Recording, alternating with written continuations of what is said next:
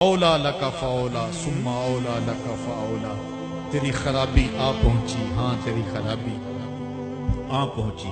ایحسب الانسان ان یترک سدی، انسان دنیا میں یہ گمان کرتا ہے اس کو سدا چھوڑ دیا جائے گا۔ آج تو علامت الدہر ہے، آج تو قاضی القضات ہے، آج تو منسٹر ہے، آج تو وزیر اعظم ہے، آج تو پہلوان ہے، آج تو شہزادہ ہے، آج تو بادشاہ ہے، آج تو زوراور ہے، آج تیری طاقت کے کیا کہنے۔ آج شیروں کو تو نچا لیتا ہے، ہاتھیوں کو تو بٹھا لیتا ہے، تیری صورت نکھرتی ہے، تیرے ہونٹ گلابی ہیں اور تیری نرگسی آنکھیں ہیں، تیرے ریشمی بال ہیں اور تیری خوبصورت رنگت ہے۔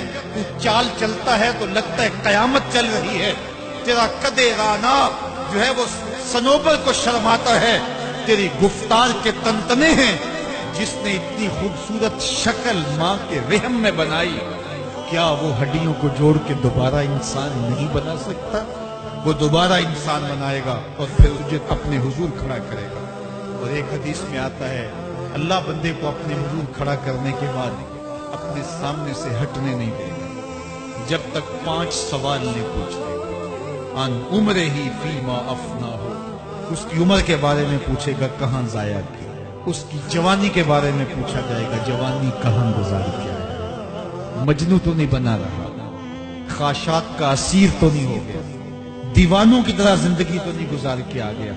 تیری جوانی کسی چوک میں تو نہیں گزری، تیری جوانی آوارگی میں تو نہیں گزری، ساری رات سوشل میڈیا کے اوپر گندگی اور غلاظتیں تو نہیں دیکھتا رہا۔ تیری جوانی گزری کہاں ہے؟ اگر کوئی جواب نہ ہوا تو پھر کیا جواب دے گا؟ اور وہ کتنا خوش نصیب ہوگا جو کہے گا مالک میری جوانی سجدوں میں گزری، میری جوانی قیام میں گزری، میری جوانی رکوع میں گزری۔ جوانوں اپنی زندگی کو مالک کی دہلیز پہ لے آؤ۔ جوانی وہی ہے جو مالک کی چوکھٹ پہ گزرے۔ اپنے دل کا تعلق جوڑو، عشق کرنا ہے تو پھر آمنہ کے لال سے کرو، محبت کا رشتہ ان سے جوڑو، تعلق کا ربط ان سے قائم کرو، جوانی کو دین کی راہ پہ ڈالو۔ اللہ اکبر، سنو میرے حضور کا فرمان، انا حبیب اللہ، میں اللہ کا حبیب ہوں۔ پھر فرمایا الشاب التائب حبیب اللہ، جو جوان جوانی میں توبہ کرے وہ بھی اللہ کا حبیب ہے۔